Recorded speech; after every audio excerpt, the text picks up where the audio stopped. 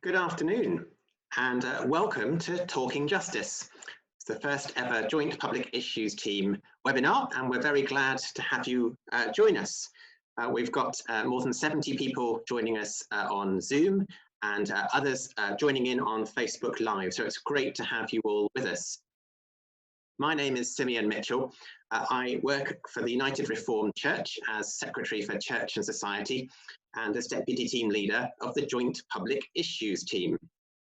For those of you who are not aware, the Joint Public Issues Team, or JPIT, is an ecumenical partnership involving the United Reformed Church, the Baptist Union of Great Britain, the Church of Scotland and the Methodist Church.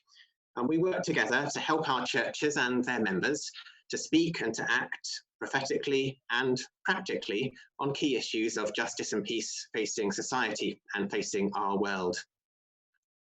We've come together today to explore what the coronavirus pandemic and the associated restrictions mean for this task. The situation has both highlighted existing injustices in society and brought many new challenges. It's also prompted communities to pull together and shown the value of bold collective action for all of our well-being. So now is a moment to reflect on the kind of world we want to build as we move ahead and the part that each of us can play in getting there. As four churches working together, we have for several years been framing our work around 6 hopes for society, hopes rooted in the gospel and the values of the kingdom of God. A society where the poorest and the most marginalised are at the centre, a society that welcomes the stranger, a world which actively works for peace, a politics characterised by listening and kindness and truthfulness, a planet where the environment is renewed, and a just economy that enables the flourishing of all life. This vision has not been changed by the pandemic, but the context in which we're trying to realise it has.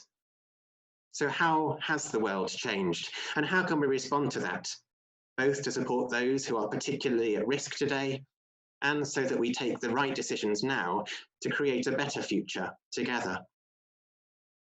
So the plan for this afternoon's webinar is that we have some conversation about these questions with a panel of expert guests from our churches for around the next 15 or 20 minutes. And then Susan Brown will be sharing with us her reflections on what the prophetic voice of the church is at this time. We'll then pick up that theme with the panel and have an opportunity to discuss some of the questions that you've got. So please do submit them using the Q&A function on Zoom and through the comment facility on Facebook Live, and we'll pick up those questions and share them with the panel. So without further ado, let me introduce the other people who are on your screens at the moment. I'm really glad to be joined by Diane Watts, who is a Baptist minister and interim Faith and Society team leader at Baptist Together. Hi, Diane. Hi, nice to be with you. And also Paul Morrison, who's a good colleague of mine, a policy advisor with the Methodist Church and with JPIT, who works particularly on issues around the economy and around poverty. Thank you, Paul, for joining us this afternoon. Good to see you. I want to begin by asking you, Diane, what do you think the pandemic has revealed about our society? That's quite a large question to start with, isn't it? And I think one of the things, before I actually answer that question, I think one of the places we're at the minute is a place where we can't answer all these questions completely. So anything I say, anything I reflect on this afternoon will be really, this is where we are today, but we really need to be listening much more closely. There's a long way to go. Simeon's already mentioned that one of the work streams is about listening with kindness and truthfulness. And I really think we're still in that process of listening. However, I do think we've had things revealed to us. And I want to start with the positive. I think there has been a real sense of caring, of kindness and community that has bubbled up, which I think has always been there. I think it's part of our human nature to be there for each other. And I think it's been painful for many people not being able to connect in the way that we would normally connect. So new ways are being found, and that has been incredibly encouraging we are having stories all the time coming from across our churches to say what's been happening in their local areas, but it's so much of this has been community based. So kindness, whether in church or beyond church, and I'm really encouraged by that. However, I also think we have revealed even more of what we knew, that's the systemic inequalities we have within our society. For some of us, you know, we talk about COVID-19 affecting all of us, but it really hasn't affected us all equally. The inequalities that we have already experienced in society have grown, and I can see greater disconnection between different parts of society, and that's sad. So I think there's a lot we need to talk about, and maybe we can unpick some of those things, but I'll maybe pass it over to Paul, and I'm sure you want to add to that. Thank you, Diane. That's a really good start. Paul, you've been looking particularly at some of the impacts being felt on different groups who are at risk at the moment. Could you talk a bit more about what you've been discovering? We've been doing sort of a series of pieces of research, asking churches and asking local charities what their experience of the lockdown has been. And one of the things, I think, as Diane was saying, one of the things is that the charities and the local churches are seeing large amounts of people wanting to help, lots of people coming forward, that actually that great thing within human nature that we care about each other, even if we don't know each other, we still care, has been shown time and time again. But what we're also seeing is that there's systematic problems with the support given to certain groups in society. The one that causes, I think, me most worry is that there are people who are called no recourse to public funds. So they may have been working, in sort of temporary jobs or in sort of gig economy jobs, and so making ends meet that way prior to COVID. But those jobs have shut down, and they can't go onto universal credit, and they can't get benefits. And how they're managing to make ends meet at this point in time is really, really difficult. And there's lots of charitable support, but that's not sustainable, and it's often not enough. So that's a huge group of people who I think we should be particularly concerned about. And up and down the country, you hear churches finding different ways to provide some help, but it's clearly not as good as saying government will support their income during this time. And that's really the only satisfactory way of solving that problem. But there are other groups who we see who are having real difficulties. But I think one of the phrases that struck me or has stuck with me was from somebody from a Poverty Truth Commission who is living on universal credit and has been for some time, but who at one stage in their life he described himself as being in a 2 Mercedes family. And a mental health crisis meant that his income went away and that his life and that the amount of money he had dropped dramatically. And he just said with real passion and real compassion that lots of people who are suffering an income shock at this time just don't have the skills to live in poverty. And that shock is going to be really, really painful. And he spoke about it from quite bitter experience. And I think there's going to be quite a lot of people who never thought universal credit was something they saw on the news, who in the last couple of weeks have received their £94 a week and are now wondering how they're going to live on that till next week. Or actually it's a monthly payment. But Thank you, Diane. I know that you have a lot of contact with different churches around the country which are trying to respond to some of the groups who are experiencing particular difficulties at the moment. Can you talk about how you've seen churches and community groups responding? Yes, in all sorts of ways. I think just mentioned food banks, and the growth of food banks has been quite significant. What we have seen, that churches' doors may be closed physically, but churches definitely are not closed. And I think that that's becoming really evident. So across the country, church food banks have just burgeoned, and the connections with using those food banks within the wider community as well. So community and churches have come together to do that. reflecting some of what Paul's just said, that the call on those food banks has grown enormously. So some people are finding themselves applying for universal credit for the first time. Of course, that doesn't come through immediately. There's a big gap of time waiting. So the call on food banks has really grown. We've had a story of a church in the Midlands, which was has a community fridge, and church is shut. And they said, well, what happens now? And then the whole community came together. This community fridge has become the centre of part of that. In small rural areas, communities are looking out for each other. There's another story I heard of. It was actually in a new housing area where the food parcels were being put together, but they weren't just being put together generically. Each one was being put together lovingly with prayer and saying, well, actually, who is this going to? How can we bless this person? So I think that food banks have been very important. Telephone support for the shielded and for working with the shielded, and for particularly those who have been who are isolated because maybe they're over 70 or health issues. That's been a really significant area. And I think we need to be hearing those voices, particularly as a lot of conversation about coming out of lockdown now.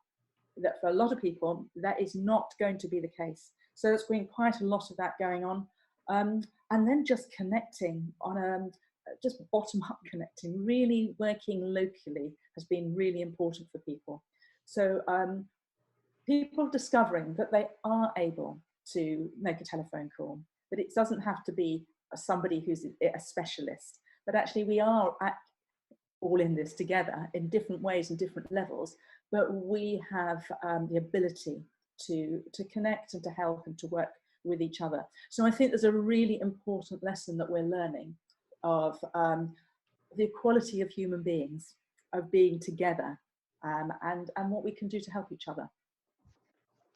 Thank you. But I've got to stop on that, otherwise I should just keep going forever. Paul, there's been a sort of a mounting amount of evidence about how the pandemic and the lockdown have had disproportionate impact on some groups, some different groups. You talked about some of that already. But what do you think that says about the way that our society is structured and the people who are particularly kind of in the front line of all this? Well, just to return slightly to what Diane was saying, there's the growth in food banks. I work a bit with Trussell, and we're getting 81% increase, but 122% increase in children being fed by Trussell Trust. And what we appear to be seeing is that the added costs associated with having children at lockdown is what's driving quite a lot of people to need more help and to need more assistance. But I think, to get back to your question, what we see is a society that is designed to work for certain groups of people. And certain groups of people are doing all right during the lockdown. I think everybody is inconvenienced and everybody wants this over. But some groups of people are doing okay, and their income is protected, and they have found new ways of working, so that the sort of satisfaction of having something to do with your time and something useful to do with your time is still coming in. But there's large groups of people for whom that's not the case. And by and large, it is the people who didn't have a secure income to begin with. So Resolution Foundation data is telling us that it's young workers, that it's workers in gig economy, it's low income workers are the ones who are facing the biggest percentage losses and are likely to be the slowest in recovery. We've chosen to create a labour market that works that way. And as we come through the recovery, we might make different choices. And I think the one that has most impact at the moment is around Black and minority ethnic communities being so disproportionately hit. You know, I can go around the numbers of that, and there's all sorts of reasons for it. And you can sort of explain it away by housing differences and by economic differences. But what happens is you go, why does a particular community end up doing the jobs that are riskiest, living in the types of housing that is riskiest, having the lowest income. How did that come about? And how can we start changing that? And how can we start changing it so that those risks are spread more evenly through society, and those risky jobs are paid a lot better than they currently are? And that there's real justice questions at the heart of that. Mm-hmm. Yeah, that connects to one of the questions that just come in from Jan, and I wonder if I might throw this to you, Diane. Jan says the church can often try to be nice and doesn't really want to be strident. So how can the church challenge the increasing inequalities in society? How can we work for a better society? And are we willing to do that? That's a really good question, and thank you, Jan, for raising that. I also agree with the word, that whole question about being nice. I think we need to get rid of the word nice. I'm sure we probably need to find a new way of doing it. I think there is something about kindness, gentleness, self-control, and within that, and I'm not sure about strident, but within that, we need to ensure that together we raise our voices. No, voice, not voices, voice. So all voices can be heard. I think that the two things go together. That as churches, and we are here today representing 4 churches, or 4 denominations, but one church. We raise our voice with kindness, with gentleness, with self-control, to show that there is a way of doing this, of changing the culture that does put those who are on the more margins of society into the centre, that we do strive together for justice. And I think that's absolutely essential. And I think that will mean cultural change. But at this moment, it feels like we are in that place of change. So this is, and I really do not want to use the word opportunity, because these words have been bandied around so much. And for so many people, where we are at the moment is very painful and very dark. We are in a place of change. And so I think it's really important that we as a church, as a voice, reflect some of that change to government, to each other, to our communities. And I think we all have a part to play. It's really easy to say this is somebody else's responsibility, but I really do feel that we have all got some way in which we can participate in cultural change. And so it asks different questions of our leaders, of our government in the future. And I can give you some examples of the sorts of things that I'm thinking about, but I'll pass it over if you want to say anything at that point. Paul, do you want to add anything to that? I think yes, cultural change is what we're aiming for. I think as we come out of this, are we looking to grow an economy? Are we looking to get a GDP number back to where it was? Or are we looking to get an economy that serves people better, where people have a better well-being within it? And the culture was to feel that just getting the money would be enough, that if we got the money, then people's lives would probably be better. And I think what we're learning through this is that that's not the case, and that we need to make other decisions which aren't focused on economic growth, but are focused on perhaps the environment, perhaps spreading wealth more equally within our society. But I think the question about being strident, I think sometimes the church can be quite strident. I'm thinking actually around Trussell, in that we're giving out a lot more food, but we're getting increasingly grumpy about it. And I think we should be increasingly grumpy about it.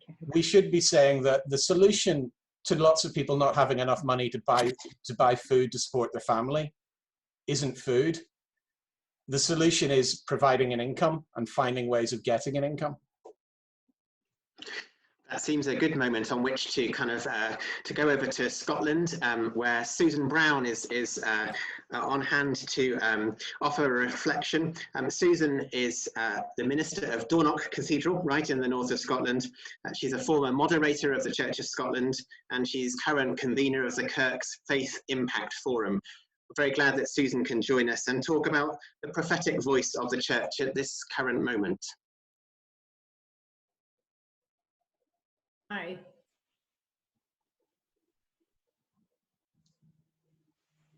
Over to you, Susan. There's a time lapse between there and the very far north of Scotland.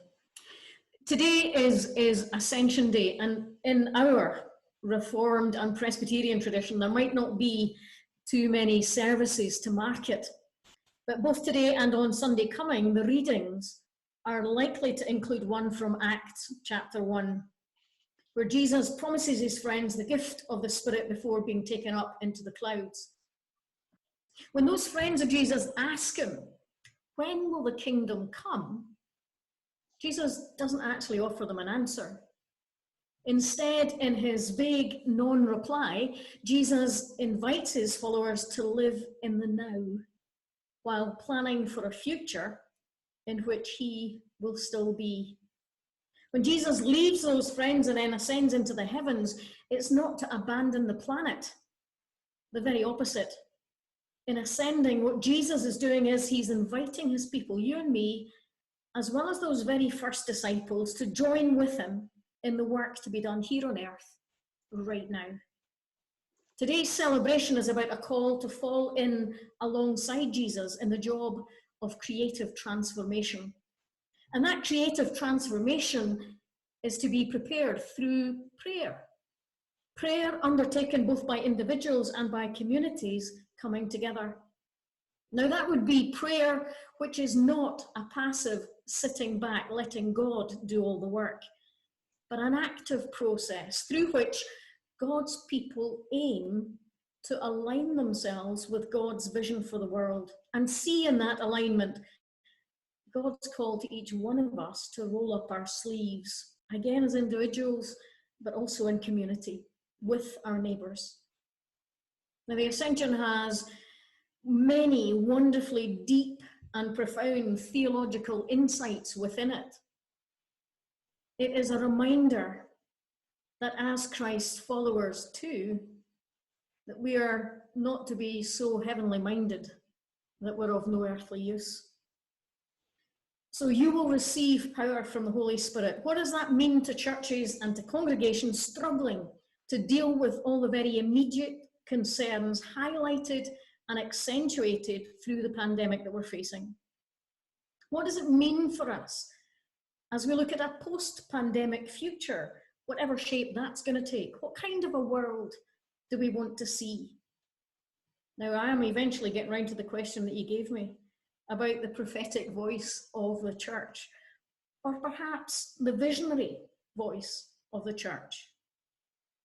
For me, the immediate call is for the church to get and to stay alongside those who are struggling and suffering and fearful.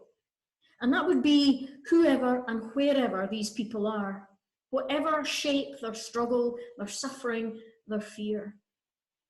While at the same time, we need to recognize the gospel bias there is towards the poorest and the most marginalized in our society and in the wider world. We've begun talking about that already. The fullness of life that God offers is an offer he makes to everyone. It does not exclude the stranger or the refugee, the domestically abused, the lonely, the exploited, certain ethnicities, the imprisoned, or the elderly in care homes. Indeed, it's quite the opposite. It is deliberately inclusive because all are equally loved by God. So in drawing alongside others, we cannot and we should not fail to name what is unjust. There are many good things that have come out of our current situation. Again, some of them have been touched upon already. There's our centenarian raising millions for the NHS. But we need to ask why that fundraising is necessary. As churches, our role is to dare to ask the questions that other people shy away from. Questions of ourselves about our own priorities, but more questions too, questions directed more widely, even at the risk of perhaps sounding at times two-faced. This coronavirus brutally exposes the inequalities of society as never before. Why are those from ethnic minority communities suffering proportionately more than others? And ask yourselves, who is it who has borne the brunt of the consequences of this pandemic? It's those, as we've heard, who are unemployed, on zero contracts. It's those on low income, those in overcrowded housing with no gardens to escape to, those with poor mental health. It's those who are in care homes and who have no contact with their family. It's those working in the healthcare sector, clapped on Thursday nights, and too many paid peanuts. We, however, need to ask these questions not simply to respond to the present.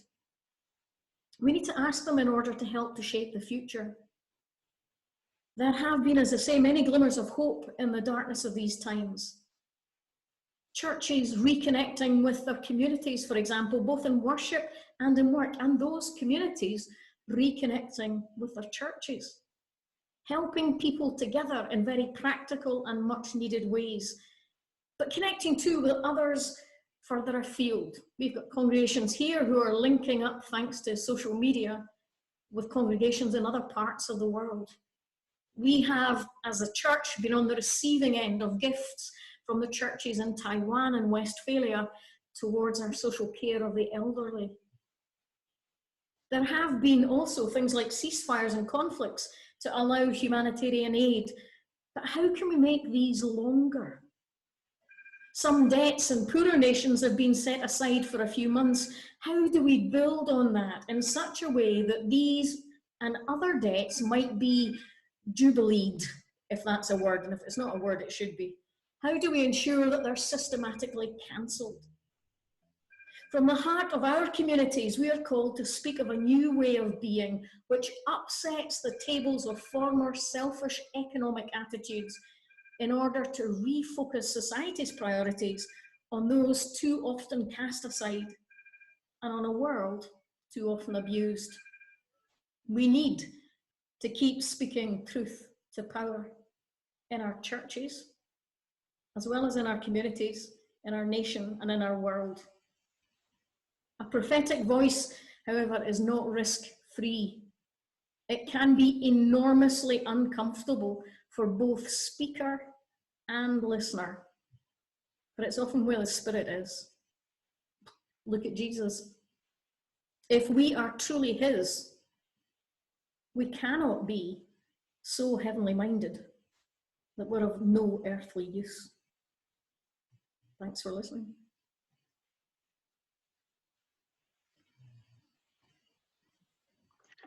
Thank you so much, Susan, and that spoke into so many of the themes that we've already been picking up and moved us on in our conversation to begin to think about the future and what future can we rebuild from where we are now.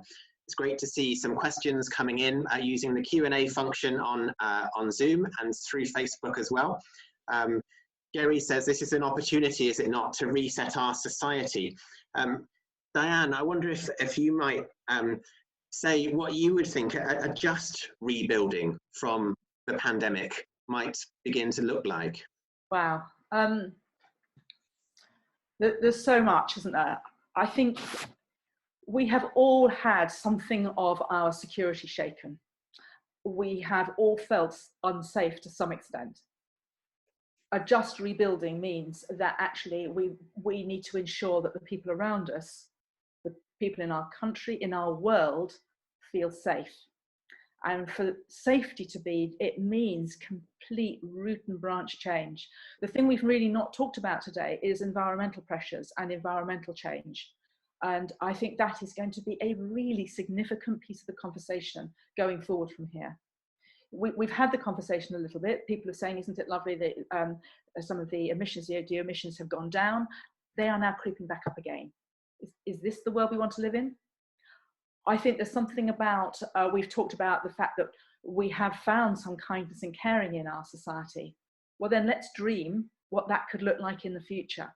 Let's think about what we would like to see for the generations that are coming on behind us. What is our role in making that happen? So in the societies where we live, we talk about flourishing, but we cannot flourish if our neighbour is not flourishing. And when I talk about our neighbour, I'm talking about within the communities which we live and the wider communities. We can never be satisfied when children are going to bed without food on the table and they're going to bed hungry. We can't be satisfied when our education system, and this has been really highlighted in the current pandemic, is so unequal that for some people in the last few months, there hasn't been an education. We can't be satisfied with that. We need cultural change to lead on to a systemic change, which says we will not be satisfied. And I think that that cultural change must come from an understanding what it means to be human, that we are all made in the image of God, each one of us beautiful and cherished. Is that how we see people? Is that how we see our neighbour? Is that how we see the person that really, really irritates us? Or we think we've made a value judgment about because we haven't actually listened. And to do that, we've got to listen. We need to hear the stories. We are people of storytellers. We're storytellers. It's much easier hearing the stories of what happened to somebody, because that's the way we change our minds. That's what's been happening so much in the news recently, when we're hearing stories of people coming out of, thankfully sometimes coming out of ICU and other places and making some form of recovery. We want those stories. So let's start listening to the stories of the people who have been excluded. I think one of the comments, and I'm sorry I haven't read them all, but we can stand in our little bubbles. Let's burst some of those bubbles. So we tell the stories, we really listen without agenda, we really listen, and then we begin to build. That's just a start. I've got loads of ideas, but I've got to listen to God also, because otherwise we're going to start making the future on our own image. And it's what Susan's just said. Prayer is absolutely central to this, because if we don't listen to God, for whom all things are good, then we're going to get it wrong again. Thank you, Diane. We need to listen to God. We also need to listen to Paul. Diane, Susan talked about God having a bias to the poor, and that we're called to reflect that in the way that we structure our society. And some of the questions that are coming through are around kind of practical ways of giving effect to that. There's been an increase in the level of universal credit, but people are asking, is that sufficient? Many more people are now going to be living on universal credit. What will that experience mean for the way that people perceive it?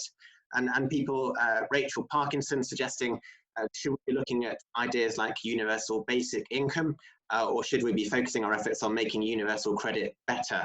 Tracy Hume asks that. I'd go back to something that Diane said. I think she said something about safety. I think there's something about security that lots of people feel insecure and have felt insecure for a long time. And COVID has meant that lots more people fall into that category. But one of the things you see when you go to communities that experience poverty is that it's that fear of tomorrow. It's that not being certain that tomorrow is going to be okay that really bites in on you day in and day out. And we need to create a welfare system that says to people that your income, you will have enough for tomorrow. Plan your life assuming that there will be enough, because we'll ensure that it'll happen. And that's what the welfare state should be doing. And universal credit singularly fails to do, and it fails to do for a lot of reasons. And there's lots more people are talking about universal basic income, which is a fixed payment given to every person in the country. So not means tested and not given on condition of you being ill or of you being unemployed. That's really attractive because it says that everybody will have an income. I feel slightly nervous about that because we don't like the benefit cap, because we know that there are some families that need a lot of money, that is what the needs of their family is, and the benefit cap denies them. denies them what they need. And introducing a principle of giving money on citizenship, I'm not sure is helpful. I'm much more concerned about the principle of need and giving people money that they need. But I think that's a question that's the question that we should be asking as we come out of this. How do we define a benefit system that gives people security? And I don't think we should be ideological or throw out any of the ideas. It may be that UBI is just universal basic income is the best way of doing that. But that question, holding to that question of how do we provide that secure income is the important one. And a great thing is that universal credit is not going back to where it was. These decisions need to be made. There is no option of staying as we are now. So that means we can debate these questions and we can actually have influence change as it's happening. Thank you. And Jill asked a question that I'm sure will be on many people's minds, and is certainly they're around in some of the media discourse at the moment. We are seeing massive kind of state intervention and massive state payments to people at the moment. That is racking up a debt. How can we persuade society to be more equal when that inevitably means we'll have to pay for it, won't we? Paul, what would you have to say about that? And is there things that we can learn from the past about debt? There are two things to say. The first one is that in 1946, the national debt was 2.5 times our gross domestic product, massively more than it is now. It's going to be about 1 times our gross domestic product by the end of this year. But in 1946, we decided that we wanted to create a society where there was a welfare system, where there was a health system, where people didn't go hungry, and when they were sick, they were treated. And we chose to do that even though there was a lot of debt about.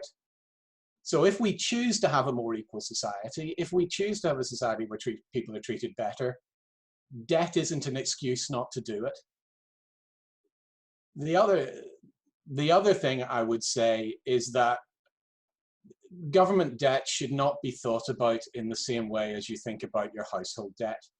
They are very, very different. Unless your household has a giant printing press in its basement and lends itself money repeatedly, you're very different from how the Bank of England and the Treasury relate to each other. So yesterday, for the first time in 350 years, the Bank of England or the Treasury lent money, borrowed money, but it was actually being paid to borrow that money. There was a negative interest rate on it. So people were giving the state money and paying for the privilege for the next 10 years. So the way in which debt is being held by the country, we can hold, that's not going to be a problem for a very long time, if at all. In which case, the most important thing as we move out from here is not worrying about numbers and debt. The most important thing is worrying about what sort of society we want to create. Thank you. And some of the comments and questions coming through are making other suggestions about reprioritizing of spending. Maybe Trident doesn't need to be renewed. Maybe HS2 should be revisited. There are some things that we might want to look at not doing now as we go forward, and that's, I think, some interesting suggestions coming through there. Can I make another point on that of debt? And I am no economist. I've really passed that one on to Paul. But I do think there are some principles of, we've been talking very much about where we are placed as a country, but we are living in a world pandemic, in a world economy. And I think there is a point where we have to look more broadly, and we have to have conversations with our partners across the world and see people as partners. My heart, my desire would be to have a world that actively does work for peace And that really means having the conversations, the difficult conversations around finances. And I know that there are amazing people working for some of the global organizations, the International Monetary Fund, for example, who are actually seeking just principles. I know it doesn't always feel like that, but we really do need to talk to our partners. And there is, I think Susan mentioned, the biblical principle of Jubilee. I wonder what that would look like, that every 50 years that debt changes is wiped out. And I know I'm not an economist. However, I would like to put that on the table as we begin to go for cultural change, as we begin to have the difficult conversations. And when we say, actually, the person beside me has got, is really important to God and is deeply loved by God, but is just bound by debt, by government debt, world debt, and so on. How could we really change that? It could be amazing. It could really, really be amazing. If I can say something about Jubilee, I think that's a really important concept, because essentially the government is giving itself a Jubilee currently. It's printing money and then buying its own debt back, and then we pay the interest to the Bank of England, who then pay it back to ourselves. So at the moment, about a third of our national debt is of no consequence, because we're not paying interest on it and it's just being held there. So essentially that debt is dead. And and one of the things we're seeing in our research is that we know households are racking up debt. And we know that, and it's largely through not paying rent, because people aren't able to at the moment, and people can't be evicted, which is great, but that debt is still staying with them. And the idea that government can give itself a Jubilee, but someone who's sitting in a flat unable to pay the rent are going to be chased by bailiffs for the next couple of years. There seems to be an incongruity there. There seems to be an injustice there. And that's something to do with how we deal with people's debts at the end of this needs to be thought about, and Jubilee is a good place to start. Great, thank you very much. We're getting to the end of our time together, and sadly we haven't had time to go into all the questions that people are asking, because there are so many ideas coming through. And really, as you will have gathered, the purpose of this conversation was really to begin opening up questions and begin opening up a conversation about what kind of future do we want to choose to build from this moment that we are in, that we are forced to be in. We didn't have any choice about ending up here probably, but we do have choices to make about the future that we open up. And we hope you will be with us and stay with us as we seek to explore together what that means. People are asking, are there particular campaigns we can lend our voices to? Are there particular policies we should be advocating for? The answer to that in brief is yes, and keep your eye on the JPIT website, on the church websites, and on our mailings and future events, because we'll keep a regular flow of those coming out as things arise. I noticed one comment that Jerry made. I thought it was a really helpful note on which to draw things to a close. Everywhere in the Gospels, Jesus tells his followers, do not be afraid. And we shouldn't be afraid of challenging the old order. We can't go back to the way things were. This is the moment to raise our voices, to speak truth to power, whatever the consequences of that might be. And I would add, it's a moment to keep talking with each other and listening to each other, because that's the only way that a fairer future is going to be made. So I want to thank our panelists, in particular to Diane and to Paul, and to thank Susan as well for her input, and to thank those colleagues in the background who have really made this happen, Hannah Brown, Ruth Stewart and Josie Horton, who've done all the really hard work for this. We're very glad to have had this moment with you. And we're particularly grateful that you chose to join us for this conversation. And we hope you will stay with us as we carry on talking in different ways and different places in the weeks and months ahead. Thank you very much, and God bless.